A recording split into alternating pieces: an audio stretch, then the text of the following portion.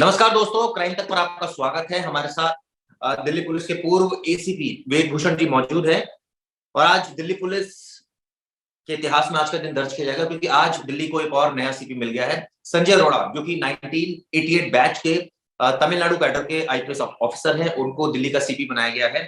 तो ये दिल्ली वासियों के लिए और मैं ये समझता हूँ कि सभी के लिए काफी इंपॉर्टेंट खबर है। लेकिन जिस तरह से पिछले कई समय से इग्नोर किया जा रहा है, यानी AGMUT, Arunachal, Goa, Mizoram union territory जो कैडर है, उसको इग्नोर करके इंटर कैडर जो है वो जो आईपीएस ऑफिसर्स हैं उनको लाया जा रहा है दिल्ली में। आखिर इसके पीछे वजह क्या है, क्यों ऐसा किया जा रहा है, बात करने के लिए वेद भूषण जी मौजूद हैं। सर, क्या दिल्ली के आईपीएस अफसर या एजीएमयूटी कैडर के आईपीएस अफसर काबिल नहीं है? देखिए, ये एक ऐसा सवाल है चिराग जी, जिसके जवाब के लिए दोनों पक्षों का जानना जरूरी है और इतिहास जानना भी जरूरी है। क्योंकि जब कमिश्नर एक ऐसी पोस्ट है, या एडमिनिस्ट्रेटिव, चाहे एसएचओ हो चाहे एसीपी थानों के अंदर हो, वो ऐसी एडमिनिस्ट्रेटिव पोस्ट है, उसमें कई चीजों का ध्यान रखा जाता है। उसकी काबिलियत, उसका एक्सपीरियंस, उसकी पर्सनैलिटी, उसकी इंटीग्रिटी, उसकी ऑनेस्टी, बहुत सारी चीजें ऐसी हैं जो कंसीडर की जाती हैं। और खास तौर से कमिश्नर लगाने के लिए ये गवर्नमेंट ऑफ इंडिया का प्रेरोगेटिव है कि वो किसको मौका दे, कौन उसकी निगाह में ऐसा ऑफिसर है जो इन तमाम मापदंडों पर पूरा उतरता है। जो आप पुराने इतिहास की बात करते हैं, आपको लेके चलते हैं, जब 84 राइट्स हुए थे, उस टाइम सुभाष टंडन दिल्ली के कमिश्नर थे, उनको राजस्थान से लाया गया था। उसके बाद में बजरंग लाल राजस्थान से लाए गए, ऐसे जोग महाराष्ट्र कैडर से लाए गए, अजय राज शर्मा यूपी से लाए गए, अभी निवर्तमान राकेश अस्थाना साहब को गुजरात से लाया गया है, और अभी जिस पर डिबेट कर रहे हैं संजय अरोड़ा, वो तमिलनाडु कैडर से लाए गए हैं। अभी राकेश अस्थाना साहब का यदि आप कैरियर देखें तो बेमिसाल कैरियर, उन्होंने ऐसी एक साल के अंदर उनकी उपलब्धियां हैं जो दिल्ली पुलिस का जो एक एक जवान कभी भूल नहीं पाएगा। इससे पहले भी जो बाहर के कैडर से ऑफिसर्स लाए गए, वो बहुत जबरदस्त कामयाब हुए, और उसकी कामयाबी की वजह मैं आपको संक्षेप में बताता हूं। वो कामयाबी ये थी कि उनके किसी के साथ संलिप्तता नहीं थी, वो किसी से प्रभावित नहीं थे, कोई गुटबाजी उनके साथ नहीं थी, और वो एक पूरे परिप्रेक्ष्य में जो उनका अपना एक्सपीरियंस था, एक्सपोजर था पुलिस ऑफिसर्स का। देखिए, तमाम आईपीएस ऑफिसर्स की और सब इंस्पेक्टर्स की, चाहे सिपाही है, उनकी जो लीगल जो पढ़ाई है, लिखाई है, वो सबकी ऑलमोस्ट सेम है। सेम कानून सबको पढ़ाया जाता है, तो इसलिए कानून वाली बात तो एक तरफ रखी जा सकती है। अब आता है जो एक्सपीरियंस है। अब मैं दूसरे पक्ष की बात करता हूं, दूसरा पक्ष को भी रखना जरूरी है, जिस बात को आपने आज मुद्दे में उठाया है। क्योंकि बहुत काबिल ऑफिसर्स इग्नोर हो गए हैं, ऑटोमेटिक इग्नोर हो गए हैं, इस वजह से चूंकि एग्मू कैडर के ऑफिसर्स को कमिश्नर के लिए वरीयता में नहीं रखा गया। परंतु यह भी साथ साथ याद रखना जरूरी है कि जिस तरह से जो बाहर के कमिश्नर लाए गए थे, हालांकि उनका इंटरनल विरोध भी बहुत हुआ, राकेश अस्थाना साहब का भी विरोध हुआ, बहुत से लोग कोर्ट के अंदर भी गए। ये मामला अभी भी सुप्रीम कोर्ट के अंदर विचाराधीन है, जिस पर अभी कोई निर्णय नहीं आया है। क्योंकि इस तरह के भी एलिगेशन लगते रहे कि जो हमारे खुद के सवाल तो कैडर ये थे। भी उठता है ना कि निर्णय क्यों नहीं आया, क्योंकि अब निर्णय क्यों नहीं आया, इसका जवाब भी मिलना चाहिए, पहली बात। दूसरी बात, जो आपने कहा कि आपने अपनी बात को कॉन्ट्रडिक्ट कर दिया। आपने कहा कि बड़ा उनका एक्सपोजर रहा, बहुत अच्छे ऑफिसर्स रहे और बड़ा अच्छा काम किया, कोई गुटबाजी में नहीं थे। लेकिन आपने दूसरी तरफ ये भी कह दिया कि उनका इंटरनल विरोध भी हुआ, उनके खिलाफ एप्लीकेशंस भी अदालतों में लगी। तो कहने का मतलब ये है कि एक ऑफिसर जो एजीएमयूटी कैडर के हैं, सारे ऑफिसर्स हैं, तमाम जगह पर जाते हैं, गोवा भी जाते हैं, मिजोरम भी जाते हैं और स्टेट्स में भी जाते हैं, यूटीज भी जाते हैं, वहां सर्व करते हैं, वापस आते हैं। हर किसी को सर चाहत होती है ना कि अगर मैं स्पेशल सीपी बन गया तो मैं कभी सीपी बनूंगा, या आपको भी हाँ चाहत रही बिल्कुल, होगी जब आप एसएचओ हो मैं गए कि मैं इसी सीपी बन जाऊं। तो हाँ इसमें क्या चिराग बुराई जी, है मैं सर? मोटिवेशन तो मिलना चाहिए ना, और अगर ऐसी चिराग चीजें नहीं होगी तो मोटिवेशन तो खत्म होता है ना। हाँ, मैं चिराग जी उसी की तरफ आ रहा था, आपने बीच में रोक दिया मुझे। क्योंकि एक एग्मू कैडर के जो ऑफिसर्स हैं, उनकी सबकी एक उम्मीद होती है कि कभी ना कभी जब वो इस पोजीशन पर पहुंचेंगे, उनको भी कमिश्नर लगने का मौका मिलेगा। तो इससे जरूर एक मैसेज एक गलत भी जा रहा है, डिमोरलाइज होते हैं जो हमारे आईपीएस ऑफिसर्स हैं, जिनकी बहुत बड़ी काबिलियत है। ये एक दूसरा पक्ष भी है, क्योंकि बहुत सारे आईपीएस ऑफिसर्स ऐसे रहे जो जिनके बारे में बहुत सारी बातें सोशल मीडिया में, और दिल्ली के पुलिस वाले, आप जो पुलिस से जुड़े रहे, क्राइम से लंबे टाइम से आप कवर करते रहे, आपको पता है किस तरह की बातें चलती हैं। चलो वो उस पक्ष को भी दरकिनार करते हैं, पर बहुत से ऐसे अच्छे ऑफिसर्स हैं जो कई बार, आपको याद होगा कि किरण बेदी को इग्नोर करके किसी जूनियर को लाया गया था। तो ये तमाम युद्धवीर सिंह डडवाल जी को लाया गया था। हाँ, डडवाल को लाया गया था। हालांकि डडवाल साहब बहुत प्रूवन ऑफिसर रहे, उनकी जो काबिलियत थी वो बियॉन्ड डाउट थी। उनके जो बनाए हुए स्टैंडिंग ऑर्डर्स थे, उनके काम जो छोड़ के गए हैं। सर मुझे एक बात बताइए, सारे आईपीएस हैं, सब पढ़कर आईपीएस बने हैं, सबका जो एक्सपोजर बहुत जबरदस्त है। कईयों ने, अब इनकी अगर बात करें संजय अरोड़ा की, इन्होंने तो वीरप्पन को ही पकड़ा हुआ है, मतलब इनके ऊपर ये एक वो है, और पैरामिलिट्री फोर्सेस में रहे हैं। लेकिन कई ऐसे ऑफिसर्स भी है, ऑलमोस्ट जो भी सीपी बनता है सर, उसका तो वही एक तरह से कहा जाए सक्सेस रेट रहता है, क्योंकि वो सीपी तभी बनेगा जब वो इतनी लॉन्ग स्टैंडिंग, एक बहुत लॉन्ग टर्म पूरी जो है वो बिता कर आएगा, हर जगह 2-2 3-3 साल लगा कर आएगा और बहुत अच्छा एक्सपीरियंस लेकर आएगा। तो कहने का मतलब ये, अगर आप कंपैरिजन करने पर आ जाए सर, राकेश अस्थाना का, युद्धवीर सिंह डडवाल का या भीमसेन बस्सी का, तो कहीं ना कहीं किसी की कोई क्वालिटी है, किसी की कोई क्वालिटी है। कोई स्टाफ के लिए बहुत अच्छा रहा, कोई अपनी मीडिया में छाया रहा हमेशा। कई ऐसे ऑफिसर जो सरकार से लड़ने में बहुत ज्यादा व्यस्त रहे। मैं बात कर रहा हूँ भीमसेन बस्सी साहब की, जब आम आदमी पार्टी से खूब लड़ाइयां होती थी। तो कहने का मतलब है, हर किसी का कुछ ना कुछ तो यूएसपी है, लेकिन बाजी वही मारता है ना जो जिसका पॉलिटिकल संरक्षण है। क्या आप इस बात को मानते हो सर? देखिए, पॉलिटिकल संरक्षण ना कह के इसको गवर्नमेंट का प्रेरोगेटिव कहे तो ज्यादा अच्छा है। अभी आपने लिया जैसे संजय अरोड़ा, जो प्रेजेंट सीपी, जिनको अभी चार्ज मिला है, आज ही बल्कि चार्ज मिला है, वो उनके यदि हमने इतिहास देखा तो वाकई में वो बहुत दिलेर ऑफिसर रहे। वीरप्पन से उन्होंने एक टक्कर ली और बड़ा कामयाब ऑफिसर्स की गिनती वहां पर तमिलनाडु कैडर में होती है। तो उनको लाना, उन पर कोई डाउट क्रिएट नहीं कर सकता कि वो यहाँ पर कामयाब होंगे नहीं होंगे। क्योंकि देखो, केवल यूपीएससी से पास करके आईपीएस बन जाना ही काफी नहीं है।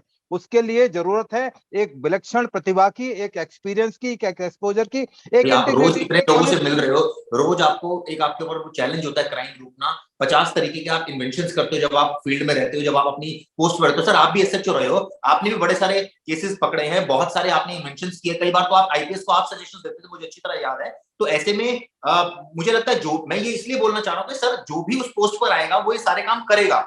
तो ऐसे में जज करना कि कौन सीपी बनेगा कौन नहीं बनेगा, तो कहीं ना कहीं गवर्नमेंट की पसंद भी होती है कि ये हमारी ज्यादा सुनेगा या नहीं सुनेगा। क्योंकि कई ऐसे ऑफिसर है, जैसे किरण बेदी के बारे में कहा जाता था कि वो सुनती नहीं है किसी की, तो वो सरकार के लिए भी एग्जैक्टली। खतरा था। हाँ बिल्कुल, यही तो मैं कह रहा हूँ कि एक्सपीरियंस जो है ना, जो गवर्नमेंट और गवर्नमेंट का प्रोरोगेटिव है, बिल्कुल इसमें कोई शक नहीं है। गवर्नमेंट जिसको चाहेगी, अब तो बिल्कुल ये एक ओपन बुक्स हो चुकी है। गवर्नमेंट कहाँ किसी भी कैडर से लाके एग्मू कैडर में कमिश्नर को लगा सकती है। अभी आपने देखा जे एंड के कैडर भी इसमें मर्ज हो गया। हमारे अभी ऑफिसर्स वहां पर जाने लगे, वहां से आने लगे। ये तो गवर्नमेंट का प्रेरोगेटिव है। हो सकता है जम्मू कश्मीर से और भी बहुत बड़ी तादाद के अंदर ऑफिसर्स, आईपीएस ऑफिसर दिल्ली में आने लगे, दूसरे कैडर से भी लाए जाने लगे। तो ये तमाम चीजें, ये कंट्रोवर्शियल चीजें हैं, परंतु फिर भी ये आपको याद होगा, मैंने फिर बोल रहा हूं कि केवल आईपीएस बन जाना ही काफी नहीं है। आईपीएस का एक अपना एक जो उस मुकाम पर पहुंचना, उस एक्सपीरियंस को, उस एक्सपोजर को हासिल करना। क्योंकि ये जो फील्ड की चीजें हैं, ये हर एक आईपीएस अफसर के अंदर वो गट्स नहीं होते, वो क्वालिटी नहीं होते, वो चैलेंज को कबूल नहीं कर पाते। तो ये तमाम चीजें भी कंसीडर की जाती हैं। और खास तौर से राजधानी के अंदर एक कमिश्नर होना एक बहुत बड़ी एक उपलब्धि होती है उसके कैरियर के लिए।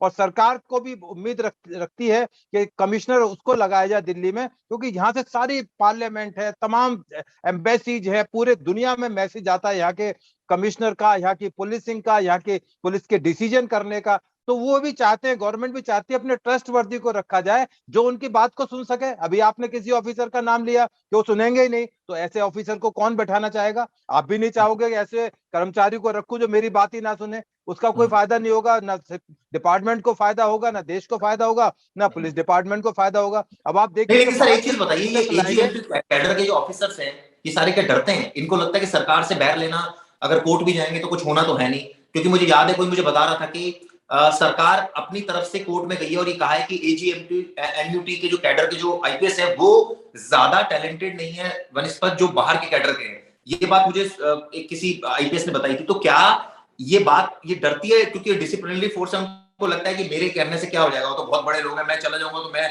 लाइमलाइट हो जाऊंगा, मैं नजरों में आ जाऊंगा, मेरे खिलाफ कोई कार्रवाई नहीं शुरू हो नहीं जाएगी या मेरे लिए परेशानी हो जाएगी? नहीं नहीं, ऐसा नहीं है। उनकी कॉम्पिटेंसी पर किसी को ऐतराज नहीं किया जा सकता, परंतु एक डिसिप्लिन फोर्स होने के नाते वो इस लिटिगेशन के अंदर जाना एक तरह से अच्छा नहीं माना जाता, लेकिन सर क्योंकि सवाल ये है, लिटिगेशन में आप मत जाइए, ठीक है, लेकिन सोल्यूशन भी तो नहीं निकल रहा है ना। तो इसका मतलब तो ये है कि आप एक गलत चीज को एक्सेप्ट कर रहे हैं। नहीं, ऐसा नहीं है। जब ये राकेश अस्थाना जी को लाया गया था तो मुझे एक बहुत बड़े ऑफिसर्स का, किसी का मैं नाम नहीं ले सकता, उनका फोन आया कि आप चूंकि रिटायर हैं और आप इन तमाम जो दिल्ली पुलिस महासंघ को भी रन करते हैं, तमाम लोगों की, पुलिस वालों की बातों को प्रोजेक्ट करते हैं मीडिया के अंदर, आप सुप्रीम कोर्ट में जाकर पिटीशन फाइल कीजिए। नहीं तो तो वो मैंने, क्यों नहीं गए, वो आपको क्यों बोल रहे थे, पहली बात। दूसरी हाँ बात, वही मैंने मेरे कहा पास कि भी वो इस तरह मेरे, का 2 आईपीएस ऑफिसर्स का फोन आया। उन्होंने मुझे साफ साफ कहा कि भाई हम आपको सजेशन दे रहे हैं, आपको लिखो, आप इस तरह से लिखो जो भी है, लेकिन हम मीडिया में सामने नहीं आएंगे, हमें आप सुन लो, आप हमारी बस। अब मैंने उनको यही कहा कि आप मेरे कंधों का इस्तेमाल ना करके ये अपने कंधों पर रखें तो आपकी बात ज्यादा सुनी जाएगी, क्योंकि मैं तो रिटायर्ड अधिकारी हूं। तो ये तमाम चीजें हैं, वो उनकी भी इच्छा होती है कि वो कोर्ट में जाकर अपना पक्ष रख सकें, परंतु उनकी मजबूरी है, क्योंकि कोड ऑफ कंडक्ट ऐसा है पुलिस के लिए खास तौर से, तो ये चीजें अच्छी नहीं मानी नहीं जाती सर, कि मुझे ये। याद है, वही कोड ऑफ कंडक्ट की आप बात कर रहे हैं। दिल्ली में इतने सारे आपको याद होगा, अमूल्य पटनायक जब सीपी थे उस समय भी कई सारे पुलिस ऑफिसर जो है, जो कांस्टेबली रैंक के जो है, वो सड़क पर आ गए थे और वो अपने अधिकारों की मांग के लिए आ गए थे। ये इतिहास में हमने कभी नहीं देखा दिल्ली पुलिस के, इतने वास्ट लेवल पर जब जेएनयू का प्रोटेस्ट चल रहा था, जो कांस्टेबल्स भाई थे हमारे, जो हेड कांस्टेबल भाई थे, सारे सड़कों पर आकर पुलिस हेडक्वार्टर्स के बाहर बैठ गए थे और वो अपनी प्रॉब्लम्स बता रहे थे कि हमें ये झेलना पड़ता है। नहीं, वो एक दूसरा इश्यू था, वो वकीलों से एक टकराव का मामला था जिसमें तमाम पुलिस ऑफिसर्स बहुत नाराज थे, क्योंकि 2 ASI को अरेस्ट करने की बात हो रही थी। तो मैंने ही रिक्वेस्ट की थी कि हम अपने हेड को, डिमॉन्स्ट्रेशन नहीं था, हम लोग अपनी प्रेयर पिटीशन करने कहाँ जाएंगे, हमारा मुख्यालय उस टाइम ITO पर था। तो हम लोग केवल अपनी बात रखने के लिए गए थे कि पहले इन्वेस्टिगेशन की जाए, बाद में इनको अरेस्ट किया जाए। तो वो उसको आप डिमॉन्स्ट्रेशन की तरह ना लें, उसको एक अपना, हमारा सर सर, हेडक्वार्टर एक तरह से सच मंदिर है तो वो ये भी हमारा। है ना कि AGMUT कैडर के जो अधिकारी हैं, वो बातें बड़ी बड़ी बोल रहे हैं, रिटायर ऑफिसर भी बड़ी बड़ी बातें बोलते हैं, लेकिन हर कोई कोर्ट नहीं जाना चाहता। वो कहते हैं हम नहीं जाएंगे कोर्ट, क्योंकि ये सिर्फ हमें नहीं बनाया, कोई बात नहीं, हमें जिंदगी में सरकार ने बहुत कुछ दिया, हमने ब्यूरोक्रेसी जो है वो टॉप लेवल की ब्यूरोक्रेसी में हम लोग रहे, हम अलग अलग स्टेट्स में रहे, वहां से सर्व करके यहाँ यहाँ भी हम काम कर रहे हैं, हम क्यों लिटिगेशन में पड़े, इसका क्या फायदा। हम बेकार में सरकार की नजरों में आएंगे, कल को हमें कोई LG बना रहा होगा या कोई राज्यपाल बना रहा होगा या कहीं किसी UPSC का मेंबर बना रहा होगा, तो वो भी ना बनाएगा हमें इस चक्कर में। तो हाँ बिल्कुल, उनके दिमाग में धारणा रहती है कि शायद हमें हो सकता है दूसरा अच्छा इंक्रीमेंट दी जाए, अच्छी जगह पोस्टिंग कर दी जाए, कमिश्नर ना लगा के गवर्नमेंट हमारी ध्यान रखेगी, हमारे को कहीं अच्छी जगह प्लेस पोस्टिंग कर देगी। पर पिछला जो एक्सपीरियंस ये रहा है सरकारों का, सरकार ने केवल यूज एंड थ्रो की पॉलिसी अपनाई है, अपना काम निकाला, उसके बाद थ्रो कर दिया, चाहे कितना ही कॉम्पिटेंट ऑफिसर्स रहे। मैं नाम नहीं ले सकता, इतने बढ़िया ऑफिसर्स दिल्ली एग्मू कैडर के अंदर है। ये एक बहुत बड़ा एक प्रेस्टिजियस कैडर है, ये कैडर आम कैडर नहीं है, क्योंकि ये राजधानी का कैडर, तमाम IPS जो क्रीम आती है इसके अंदर, हर एक चाहता है, IPS चाहता है मेरे को एग्मू कैडर मिल जाए, और एग्मू कैडर में आने के बाद में कमिश्नर बनना हर एक IPS की चाहत है। जो सब इंस्पेक्टर भर्ती होता है वो तमाम चाहते हैं मैं दिल्ली में SHO लगूं, क्योंकि उससे एक पहचान बनती है, पूरे हिंदुस्तान में एक मैसेज जाता है कि ये SHO लग गए हैं या दिल्ली के कमिश्नर हैं। अपने आप में एक बहुत बड़ी उपलब्धि होती है, और परिवार के लिए, उसके समाज के लिए, तो क्या हर एक चाहता ये है। बात सच है कि AGMUT के जो कैडर है वो इसलिए नहीं जाते क्योंकि उनको पता है एट द एंड हम सरकार से अकेले पंगा नहीं ले सकते, अगर हम लेंगे तो बेकार में हमें हमारे ऊपर ही आगे प्रॉब्लम आ जाएंगी, या हमें ही ये सारी चीजें देखनी पड़ जाएगी, झेलनी पड़ जाएगी, कोई हमारे साथ नहीं खड़ा होगा, या जो बिल्कुल ये, यूनियन की बात होती है वो नहीं साथ में खड़ी होगी, सिर्फ एक ऑफिसर से थोड़ी आप कुछ कर लेंगे। बिल्कुल इसकी संभावना से इनकार नहीं किया जा सकता चिराग जी, कि यदि एक ऑफिसर यदि निकल कर भी आएगा तो उसको आने वाले टाइम में हो सकता है उसको बहुत परेशानियों का सामना करना पड़े, उसकी ट्रांसफर पोस्टिंग पता नहीं कहाँ हो, कैसे हो, उसके कंडक्ट को तमाम को एक पोस्टमार्टम किया जाए। तो ये तमाम चीजें मजबूर करती हैं कि वो जो हो रहा है उसको चलने दें, परंतु इससे नुकसान ये हो रहा है कि एडमू कैडर धीरे धीरे एंड हो रहा है, उसकी मृत्यु हो रही है एडमू कैडर की, क्योंकि वहां पर जिस तरह से मैं ऑफिसर से बात करता हूं तो उनके अंदर भी एक इस तरह की भावना घर कर गई है कि अब शायद हमारा बीच में तो अब संभावना ही खत्म हो गई कि हमारे बीच का कोई आदमी दिल्ली का कमिश्नर लगेगा या नहीं लगेगा। परंतु बात वहीं आती है कि सरकार का प्रेरोगेटिव है, सरकार किस तरफ लेके जाना चाहती है, पुलिसिंग को किस तरह लेना चाहती है, इलेक्शन भी देखना होता है सरकारों को, सरकारों की बड़ी अपनी जिम्मेदारी है गवर्नमेंट की। मैं पॉलिटिकल पार्टीज की बात नहीं कर रहा, मैं एज ए गवर्नमेंट बात कर रहा हूँ, क्योंकि मेरा डोमेन भी नहीं है पॉलिटिकल पार्टीज में बात करने का। मेरा केवल सरकार से अभिप्राय है कि सरकारें भी अपने इंटरेस्ट में काम करती हैं कि कौन आदमी उनके लिए एक अच्छा उपयुक्त प्रशासक दिल्ली के लिए साबित होगा, जो उनकी बात को सुने, उनकी पॉलिसीज को एग्जीक्यूट कराए। यही तो सरकार है। यदि सरकार की बात ही उसका इंस्ट्रूमेंट ना सुने तो इंस्ट्रूमेंट फेल हो जाएगा, सरकार फेल हो जाएगी। और दिल्ली में तो स्थिति ये है कि आप देखें ना कि एलजी साहब और केजरीवाल साहब के बीच में किस तरह से तकरार चल रही है, एक्साइज को लेकर, ट्रांसपोर्ट को लेकर, तमाम मुद्दों को लेकर आमने सामने आ गए। तो ऐसी स्थिति में यदि पुलिस भी यदि इस तरह से आ जाएगी तो एक और नया चैलेंज सरकार के लिए शुरू हो जाएगा। तो सरकार कभी भी कोई ऐसा पिटारा नहीं खोलना चाहेगी जिससे एक कंट्रोवर्सी पैदा हो। मतलब अपने फायदे के लिए मेरिट को इग्नोर किया जा रहा है, या मैं कहूं मेरिट को भी इग्नोर नहीं, आप कह रहे हैं मैं संजय अरोड़ा से मेरा कोई व्यक्तिगत कुछ नहीं है, मैं तो मानता हूं वो भी बहुत अच्छे शानदार ऑफिसर हैं और वो अच्छी बात है, वो आए हैं राजधानी में, उनको प्लेस किया गया। लेकिन मुझे सिर्फ इस बात की थोड़ा सा अजीब लग रहा था कि जो एजी एम्यूनिटी कैडर है वहां भी बहुत अच्छे अच्छे लोग हैं, उनको भी मौका देना चाहिए। क्या इस वजह से सर नहीं दिया जाता? क्योंकि इससे फायदा ये होगा कि आपको क्राइम ट्रेंड का पता है, आपको वहां के लोगों का पता है, आपको ये पता है कि कौन सा डीसीपी किस लेवल तक जाकर काम कर सकता है, आपको ये पता है कि अगर रॉयट्स जैसी सिचुएशन बनती है तो उसको कैसे कंट्रोल करना है, या आपको ये भी पता है कि कौन सी गली में कौन से कूचे में क्या अपराध होता है कि उसको कैसे डील करना है। ये तो सब कमिश्नर को पता होता है ना। तो अगर वो लोकल बंदा लगाएंगे तो क्या ये सारी चीजें जो नया आएगा ऑब्वियसली वो तो सारी चीजें नहीं जानता होगा, बिल्कुल कोई फर्क नहीं पड़ता? बिल्कुल इसका फर्क पड़ता है। ये जो ऑफिस है जिसने अपनी ट्रेनिंग की शुरुआत दिल्ली से की हुई हो और रहने वाला दिल्ली के आसपास का हो, हिंदी स्पीकिंग हो। अब तमिलनाडु कैडर के अंदर तो बेसिकली वहाँ तमिलनाडु तमिल लैंग्वेज के अंदर ही बोलते हैं, वहाँ कांस्टेबलरी तो बात ही नहीं करती है हिंदी या इंग्लिश के अंदर। तो उस तरह के माहौल से दिल्ली में आकर काम करना, बिल्कुल नए माहौल के अंदर संजय अरोड़ा साहब आए। हम तो कहते हैं वो बहुत कामयाब होके जाएं और दिल्ली की जनता उनको सिर आंखों बैठाए, परंतु उनके लिए बहुत बड़ा चैलेंज है क्योंकि दिल्ली की सड़क, अब मैं एक कमिश्नर का नाम नहीं लेता, उनको हौज काजी और हौज खास में फर्क नहीं पता था। तो उनके लिए बहुत बड़ा चैलेंज था, उनको हौज खास समझ बोला जाता था, वो हौज काजी समझ जाते थे। तो इस तरह की बहुत सारी चीजें हैं जो ग्राउंड पर आदमी को एग्जीक्यूट करनी पड़ती है, कार्रवाई करनी पड़ती है। तो ये एक बहुत बड़ा चैलेंज होता है जो लोकल एक पुलिस ऑफिसर है जो नहीं, हम सारी जो बात जिंदगी। करते हैं सर राजनेताओं से या कोई सीनियर आईपीएस से, वो साफ साफ कहता है कि कोई बात नहीं, कोई ज्यादा फर्क नहीं पड़ता, सब सीख जाता है, कोई इतनी बड़ी चीज थोड़ी है, इनको थोड़ी चलाना है, चलाना तो डीसीपी को है, एसएचओ को चलाना है, ये तो सिर्फ ऑर्डर देने होते हैं, इनको तो जेनरिक ऑर्डर देने हैं, ये तो बस एक तरह से कहते हो कठपुतली टाइप में बैठ गए वहां जाकर एक पोस्ट पर, बाकी काम तो नीचे वाले करना है, वो काम अपने हिसाब से करते ही जैसा उनको करना है, तो कमिश्नर कोई बने उससे कोई फर्क नहीं पड़ता, ऐसा भी लोग बोलते हैं। नहीं चिराग जी, पुलिस की वर्किंग बिल्कुल एक एक रैंक पर चेंज हो जाती है। आप देखें कि जैसे ही जॉइंट सीपी से स्पेशल सीपी बनते हैं उनकी फंक्शन बिल्कुल डिफरेंट हो जाती है। पुलिस एक ऐसा डिपार्टमेंट है जिसमें कमिश्नर के एक राइटिंग लिखने का, एक लेटर लिखने का, एक डीओ लिखने का, एक स्टैंडिंग ऑर्डर को परिवर्तित करने का नीचे सिपाही तक मैसेज जाता है, फर्क पड़ता है। इसलिए ये कह देना कि कमिश्नर एक केवल कठपुतली है या उसको केवल ऑर्डर करना, ऐसा नहीं है। उसकी जो यदि एक्सपीरियंस है, एक्सपोजर है, तो उसका जो मैसेज नीचे तक जाएगा वो सिपाही तक जाएगा। नहीं सर, यही एक लेकिन ऐसा आप ये डिपार्टमेंट भी है। तो मानेंगे ना, मुझे याद है अच्छी तरह दिल्ली में जब दंगे हुए तब तो पुलिस फेल हो गई उसको कंट्रोल करने में। उसके बाद जब लोकल पुलिसिंग की जहां तक बात आती है तो हर एक मिनिस्टर या होम मिनिस्टर यही समझता है ना, ठीक है लोकल पुलिसिंग के लिए कमिश्नर बना दिया, ठीक है, क्योंकि वहां कोई ऐसा दंगे वाली स्थिति होगी तो ऑब्वियसली पैरामिलिट्री फोर्स ही आएगी, वो तो आप संभाल ही नहीं पाएंगे। चाहे दिल्ली में हमने देखा कि at the end Delhi police fail हुई थी, उस समय पैरामिलिट्री फोर्सेस को आना पड़ा और उसके बाद सारी सिचुएशन कंट्रोल करनी पड़ी। तो लोकल पुलिस का एज अ चीफ बनना सरकार की बहुत ज्यादा प्रायोरिटी लिस्ट में नहीं होता, जो मुझे मतलब लोग भी बताते हैं, आईपीएस ऑफिसर्स भी बताते हैं कि वो ठीक है, उनको लगता है कि लोकल चोरी चपाटी ये सब जो है ये सॉल्व करने के लिए ठीक है, लेकिन जहां तक बात है कि अगर कोई बहुत बड़ा दंगा होगा तो ऑब्वियसली वो इतने इक्विप्ड नहीं है, इतने ज्यादा ट्रेन नहीं है पुलिस, लोकल पुलिस, कोई भी लोकल पुलिस की मैं बात करूं तो उनके लिए तो भाई पैरामिलिट्री ही आएगी, तो ऐसे में कोई फर्क नहीं पड़ता, वो ऐसा बोलता है। नहीं नहीं, ऐसा नहीं है। देखिए, जब जहां तक दंगों की बात होती है, बड़े मेजर लॉ एंड ऑर्डर की सिचुएशन की बात होती है, तो वहां पर एक प्रोफेशनल पुलिस ही कामयाब हो सकती है।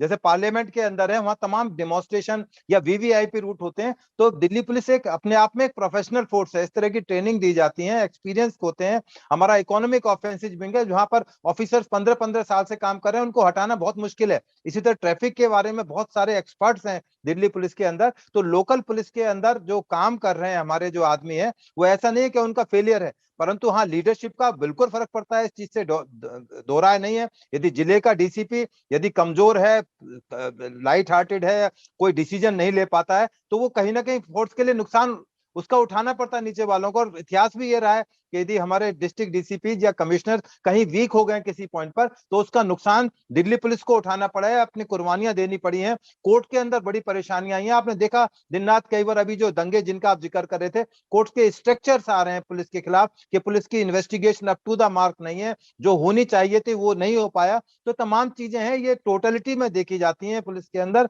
इंडिविजुअल या कोई एक स्पेसिफिक केस से हम किसी को जनरलाइज नहीं कर सकते, किसी को पॉइंट आउट नहीं कर सकते कि इस पॉइंट पर इस आदमी का फेलियर है। एग्जांपल मैं कोट करता हूं, आलोक वर्मा जी जब सीपी बने थे तब उनके ऊपर वो एक तो आए थे, इतने विवादों के बीच में वो सीपी बनाए गए थे, और उसके बाद जब वो बने तो उनके ऊपर एक बहुत ज्यादा फोर्स उनसे बड़ी खुश रही, क्योंकि उन्होंने आके सबको प्रमोशंस दिए। उन्होंने मतलब लोअर कांस्टेबल रैंक से लेकर हेड कांस्टेबल से लेकर सब इंस्पेक्टर, इन सबको इतना प्रमोट किया जो प्रमोशंस कई सालों से रुके हुए थे।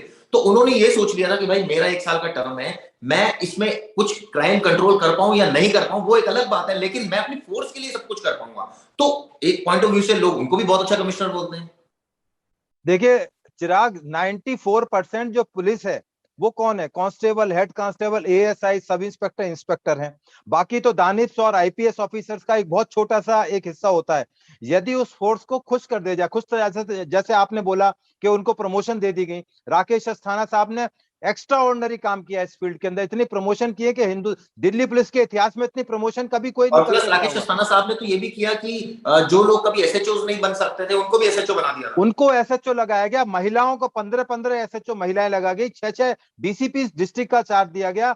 सीनियर सिटीजन मेरे जैसे लोगों के लिए, वेटरन्स के लिए परेड निकाली गई, उनके एक लिए स्टैंडिंग ऑर्डर बना गया कि यदि हमारे जवान शहीद हो जाए नौकरी के रिटायरमेंट के बाद, उनको सम्मान से दफनाया जाए, सम्मान से उनका क्रियाक्रम किया जाए। उनके काम एक्स्ट्रा ऑर्डिनरी है। तो ये नहीं कि वो बाहर से गुजरात से आए थे तो कहां फेल हो गए, वो तो एक्स्ट्रा ऑर्डिनरी रूप से कामयाब होके गए हैं। क्योंकि एक आईपीएस ऑफिसर भर्ती होता है, बड़ी चैलेंज अपने आप में होता है, बड़ी परीक्षाएं पास करनी पड़ती हैं, प्रिपरेशंस करनी पड़ती हैं। बाकी जो कैरियर है वो उसका जो ग्राफ होता है वही तो एग्जामिन करती है सरकार कि ये इसका जब भर्ती हुआ था तब से लेके अब तक इसका क्या ट्रैक रिकॉर्ड रहा, क्या एक क्या। ट्रैक रिकॉर्ड पर ही आता हूं, जेके शर्मा, किरण बेदी, अगर बात की जाए एसबी के सिंह, ये सब दिल्ली के ऑफिसर्स रहे हैं, आईपीएस ऑफिसर्स हैं, दीपक मिश्रा साहब, इसके अलावा धर्मेंद्र कुमार।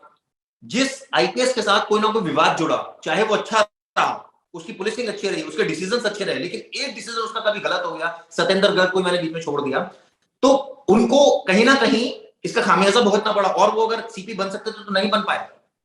बिल्कुल, ये पुलिस की एक ऐसी नौकरी है, यदि इसके अंदर हल्का सा भी दाग कैरियर में एक ब्लॉट आ जाए तो सारी जिंदगी उसको उसका नुकसान उठाना पड़ता है। अभी आपने देखा महाराष्ट्र के एक आईपीएस ऑफिसर अभी अरेस्ट हो गए, जेल चले गए, तो उनकी एक छोटी सी गलती उनको बहुत बड़ा खामियाजा उठाना पड़ा। जिन तमाम ऑफिसर्स के आपने नाम गिनाए, ये नहीं कि वो काबिल नहीं थे, बहुत ज्यादा काबिल थे वो अधिकारी, परंतु कहीं ना कहीं कंट्रोवर्सी उनको लेके हो गई, उन्होंने खुद क्रिएट की, बन गई, या वक्त की हालात में वो इस तरह से तो वो निकल गए उस वेग से। तो इसलिए जो कमिश्नर की जहां तक बात है, वो तमाम चीजें सरकार डिसाइड करती है कि कोई ऐसा ना हो कि ऐसे आदमी को लगा दिया जाए, उसका प्रीवियस बातें जो विपक्ष है तमाम उनको उखाड़ेगा कि इस आदमी का कैरियर ये था, अब इस इस पे केस में देखिए, एलिगेशन मैं और अपवाद आपको बताता हूँ। राकेश अस्थाना साहब को बनाया गया तब तो ये सबको भली भांति पता था कि राकेश अस्थाना और आलोक वर्मा की जबरदस्त लड़ाई हुई, मामला कोर्ट तक पहुंचा, उसके बाद इतने विवादों में रहे, उनको सीपी से हटा दिया गया, आलोक वर्मा को,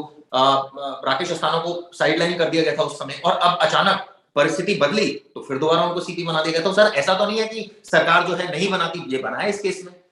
हाँ बिल्कुल बनाया। सरकार के माइंड में उस टाइम भी ऐसा रहा होगा। हटाना तो इसलिए पड़ा क्योंकि ऐसा विवाद दोनों के बीच में आमने सामने की स्थिति आ गई थी, जो कि नहीं आनी चाहिए थी। नीचे मैं तो बहुत रिटायर्ड एसीपी हूं और नीचे के रैंक का अधिकारी हूं, मेरा खुद मानना है कि ऐसी स्थिति, दुर्भाग्यपूर्ण स्थिति नहीं आनी चाहिए थी। सरकार की जिम्मेदारी थी उसको किसी तरह से रिजॉल्व करना, सरकार ने रिजॉल्व किया, उनको भी अलग किया, इनको भी अलग किया, और वो अब धीरे धीरे कंट्रोवर्सी खत्म हो गई। तो ये सरकारों की यही तो जिम्मेदारी है कि वो इस तरह की चीजों को ना। सर ये आप मेरे सवाल का आपने जवाब नहीं दिया। मैं ये कहना चाह रहा था, जब ये विवाद खत्म हो गया था, जब ये विवाद हुआ, तो ऐसे में विवादित ऑफिसर को, अब इस हिसाब से देखें तो राकेश अस्थाना साहब विवादित ऑफिसर थे, उन्होंने झगड़ा किया आईपीएस से, और वो भी अपने सीनियर आईपीएस से, कि उनको भी सरकार को आपने बोला कि ऐसी दुर्भाग्यपूर्ण स्थिति नहीं आनी पड़ी। मीडिया में पूरे टाइम ही मामला चलता था, मुझे याद है, आलोक वर्मा वर्सेस राकेश अस्थाना, और उसके बाद अचानक उनको फिर बना दिया गया क्योंकि वो खासम खास थे बीजेपी सरकार में।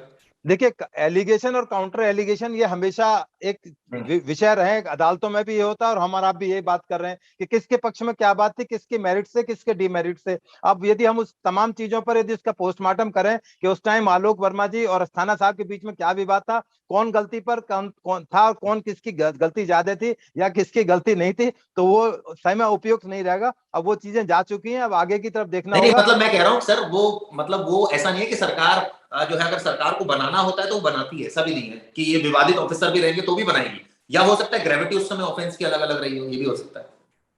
नहीं तो गवर्नमेंट की निगाह में उनकी कॉम्पिटेंसी थी, उन्होंने प्रूव किया। आपने आपको देखो ना, यदि वो कंट्रोवर्सी में भी थे मान लिया, तो उन्होंने कितने बेहतरीन तरीके से अस्थाना साहब प्रूव करके गए और लास्ट तक बड़े लोग, बड़े कल लोगों के दिल्ली पुलिस के जो खासतौर से नीचे, फिर मैं नीचे आता हूँ 94% फोर्स के बाद, वो बड़े सोच में थे कि शायद साहब का एक्सटेंशन हो जाए तो हमारे लिए और खुशी की बात होगी। तो नीचे देखिए, मैसेज नीचे जाना चाहिए, ना कि ऊपर। ऊपर तो एक बहुत 7-8% जो भी हमारे ऑफिसर्स हैं ऊपर वाले, उनको नहीं, सबसे जो फील्ड में काम करते हैं हमारे जवान, हमारे थानेदार, लेकिन जो सर, हर तमाम आईपीएस मुझे इन्वेस्टिगेशन। याद है, मैं जाता था सीनियर आईपीएस से मिलता था, उनके मन में हमेशा ही रहता था कौन सीपी बन रहा है, कौन बन रहा है, फिर एंड में वो यही बोल देते थे, अरे ये तो सरकार जो चाहेगी वो बन जाएगा, हमें क्या, वो तो जिस मर्जी को भी ले आएगी। मतलब उनके मन में एक धारणा आ रही है, और ऑब्वियसली आपने कहा ऐसे कैडर को ठीक नहीं है, क्योंकि मोटिवेशन लेवल उसमें कम होता है, लेकिन ये भी नहीं है कि जो आता है वो कोई ऐसा ही आ जाता है, किसी को भी बना देते हैं, वो भी उसका भी वास्ट एक्सपीरियंस होता है जो लाते हैं जिसको भी। और इसमें लेकिन सर एक चीज मैं और लास्ट में आपसे जानना चाहूंगा, क्या इसलिए नहीं बनाया जाता कि एजी एमयूटी कैडर या उस लोकल आदमी को, कि कहीं ना कहीं, हालांकि बनाए गए बहुत सारे, इससे पहले 2 लोगों को अगर छोड़ दिया जाए नाम अभी रिसेंट के, तो कि कहीं वो आदमी लोकल है तो वो ज्यादा भ्रष्टाचार करेगा, उसको सब पता है, एक चीज का पता है। ये हाँ, आपने जो बड़ी इंपॉर्टेंट बात थी वो लास्ट में आपने हिट आगे करी है। ये एक बहुत बड़ा पहलू है, क्योंकि जो लोकल पुलिस ऑफिसर बहुत लंबे टाइम तक रहता है, उसकी कहीं ना कहीं जो गलत ऑफिसर है, करप्ट ऑफिसर है, मैं बिल्कुल स्पष्ट भाषा में बोलूं, उनकी कनाइवेंस यहाँ रहती है नीचे के लेवल पर। यदि उनको वापस लाया जाए तो कनाइवेंस खत्म नहीं होती। उसका एग्जाम्पल मैं देता हूं कि एक मजिस्ट्रेट यदि करप्ट है, यदि आप उसको हाई कोर्ट या सुप्रीम कोर्ट में बैठा दें तो वो ईमानदार नहीं हो जाएगा, उसकी बेसिक फितरत करप्शन करने की रहेगी। इसी तरह पुलिस के अंदर है, पुलिस में जो लोकल ऑफिसर यदि किसी लेवल पर वो करप्ट रहा है, उसके बारे में इस तरह की इंफॉर्मेशन लगती रही है कि वो माल प्रैक्टिस के इन्वॉल्व में रही है उसकी, यदि उसको कमिश्नर बना दिया जाए तो क्या वो बिल्कुल गंगा जी नहा जाएगा? नहीं, ऐसा नहीं होगा, ज्यादा करप्ट साबित होगा। और ये बिल्कुल प्रूवन रिकॉर्ड है, बहुत सारे कमिश्नर ऐसे रहे जिन्होंने भ्रष्टाचार की तमाम सीमाएं लांघी हैं।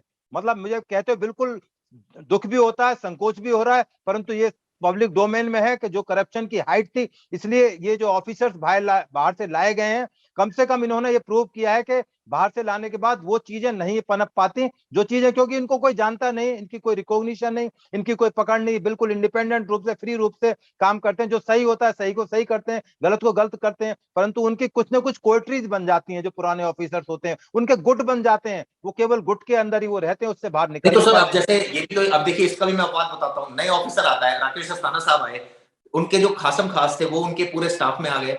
जो पुराने ऑफिसर्स थे, जो कहीं दूसरे डिस्ट्रिक्ट्स में बैठे थे, जो कभी उनको जानते थे राकेश अस्थाना साहब को, वो दिल्ली पुलिस में थे, वो उनको लेकर अपने स्टाफ में उन्होंने रख लिया। तो ऐसे कई एग्जाम्पल रहे हैं कि जो सीपी आता है वो अपने बंदों को तो रखता ही है, इसमें तो कोई दो राय है ही नहीं। और सब आईपीएस मानते हैं कि अच्छा ये सीपी है, इसका कोई ना कोई कनेक्शन मेरे से भिड़ गया तो मैं उनको रेफरेंस दूंगा, वो रेफरेंस में कहेंगे अच्छा अच्छा आप उनके जानकार हो, ओके ओके। तो कहीं ना कहीं ऑब्लिगेशंस तो कोई ना कोई, तो ऐसा तो नहीं है कि सीपी नहीं करते, वो करते भी हैं। नहीं, ऐसा नहीं है चिराग जी। ये देखो, इंटेंशन, मामला इंटेंशंस का है कि किस इंटेंशंस के साथ में आप अपने आदमियों को लेकर आ रहे हो। यदि हाँ, ये आप भी है।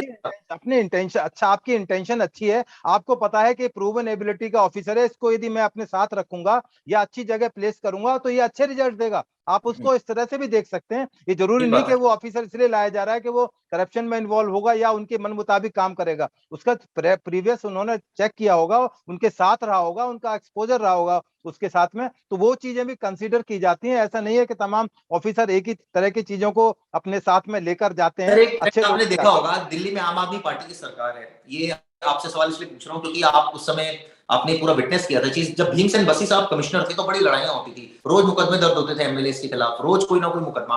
उसके बाद अचानक जब पटनायक साहब आए तो ये सारी चीजें खत्म हो गई, कोई एमएलए जो करप्ट नहीं रहा, कोई एमएलए के खिलाफ कोई मामला दर्ज नहीं हुआ।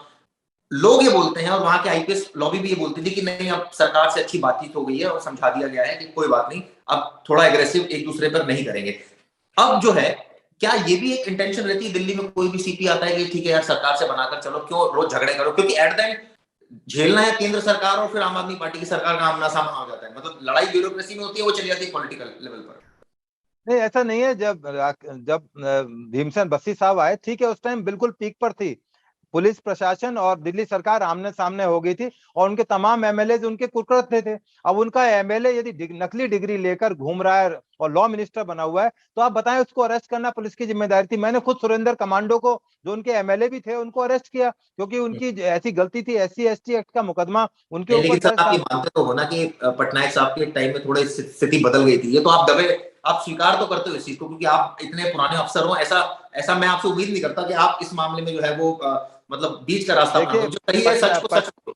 पटनायक साहब बड़े कूल माइंड ऑफिसर थे, बड़े इंटेलिजेंट ऑफिसर थे। वो जानते थे कि किस तरह से एक सही ढंग से पुलिस को प्रोजेक्ट करना है। तो मे बी ये हो सकता है कि उन्होंने उसको लो प्रोफाइल में रखा हो, सारे डिस्प्यूट्स को उन्होंने इसमें बहुत ज्यादा एग्रेसिवली काम ना किया हो। परंतु जहां तक लॉ की बात है, कानून की बात है, कहीं भी कोई ऐसी चीज आई तो मुकदमे भी दर्ज हुए, अरेस्ट भी हुई है और तमाम चीजों के ट्रायल हुए। तो अमूल पटनायक साहब अपने आप में एक बहुत बढ़िया पर्सनैलिटी और बहुत ही बेहतरीन ऑफिसर थे, प्रूवन ऑफिसर थे हमारे।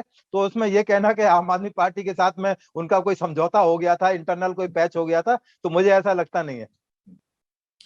तो चलिए सर, आपने बड़ी डिटेल में बात की। हम उम्मीद यही करते हैं कि हमारा भी मकसद ये था कि कोई भी पुलिस ऑफिसर आए, एक तो वो जनता का भला करे, प्लस अगर AGMUT कैडर बनाया है तो सर उसमें से ही आ जाए तो कोई बुराई तो नहीं है। वो ऐसा नहीं है ईमानदार अफसर नहीं है, ऐसा नहीं है कि सारे मेरिट पर नहीं आते हैं। कोई एक आध ऑफिसर तो ऐसा होगा जो आपसे जिसकी अच्छी बातचीत भी होगी, सरकार की बात कर रहा हूं, जो भली भांति समस्या को समझता भी होगा, जो DCPs में रैपो भी रखता होगा, जो इंटेलिजेंट भी होगा, जो मेरिट पर भी होगा, जो फोर्स के बारे में भी सोचता होगा, और जो सबसे इंपॉर्टेंट, जो सबसे पहला मुझे बोलना चाहिए, तो जो क्राइम कंट्रोल की उसकी जो पॉलिसी होगी वो जबरदस्त वाली होगी, यानी कि कर्व करना क्राइम को। तो सर ऐसा ऑफिसर एक तो कोई होगा AGMUT कैडर में। आज भी है चिराग जी, आज भी दिल्ली पुलिस में जो प्रेजेंट पुलिस हेडक्वार्टर में ऑफिसर्स बैठे, मैं नाम गिनाना शुरू करूंगा तो बहुत ऐसे ऑफिसर्स हैं जो बिल्कुल इस तरह की एबिलिटी को रखते हैं कि जो दिल्ली को एक अच्छा दिशा दे सकते हैं। क्राइम के ऊपर उनकी अच्छा एक्सपीरियंस है, वो दिल्ली पुलिस से भली भांति परिचित, तमाम स्टाफ उनको अप्रिशिएट करता है, उनके प्रदर्शनों पर चलता है, तमाम उनकी बात को फॉलो करते हैं। ऐसा नहीं है, मैं आज भी ये मानता हूं। तो एग्मो कैडर है, परंतु फिर वही बात आती है कि सरकार का प्रेरोगेटिव है, ये गवर्नमेंट डिसाइड करेगी कि कौन कमिश्नर रहेंगे, कौन दिल्ली लेकिन में आप रहेंगे, आपकी कौन बाहर दिल की रहेंगे। इच्छा यही है ना कि सर जो AGMUT कैडर है उसका ही बंदा आ जाए ना, वही बन जाए। नहीं, इच्छा तो क्योंकि हमारा अपना पेरेंट कैडर है, हम भी यही चाहते हैं हमारे कैडर के अच्छे ऑफिसर्स को स्थान मिले। परंतु यदि दूसरे कैडर के ऑफिसर ने अपने आप को प्रूव किया है तो उनका वो भी बात हमारे जहन में रहती है कि शायद ये ऑफिसर उससे भी ज्यादा अच्छा प्रूव हो सके, दिल्ली लेकिन पुलिस मुझे के लिए याद है बालाजी ज्यादा। श्रीवास्तव को जब कमिश्नर बना दिया था, तो अब तो ये लग रहा था कि चलिए राकेश अस्थाना साहब आ गए हैं, उनको कमिश्नर से हटा दिया गया बालाजी को, अब बालाजी श्रीवास्तव का नंबर आ जाएगा। लेकिन अब देखिए पिक्चर से हो गायब, और अरोड़ा जी जो है वो CP बन गए। चलिए, ये सब सरकारों के ऊपर छोड़ देना ज्यादा बेहतर है, चलिए, बहुत तो बहुत ज्यादा शुक्रिया सर, अच्छा आप रहेगा। हमसे जुड़े, आपने अपने वैल्यूएबल विचार हमारे साथ रखे। Thank you sir so much, thank you so much.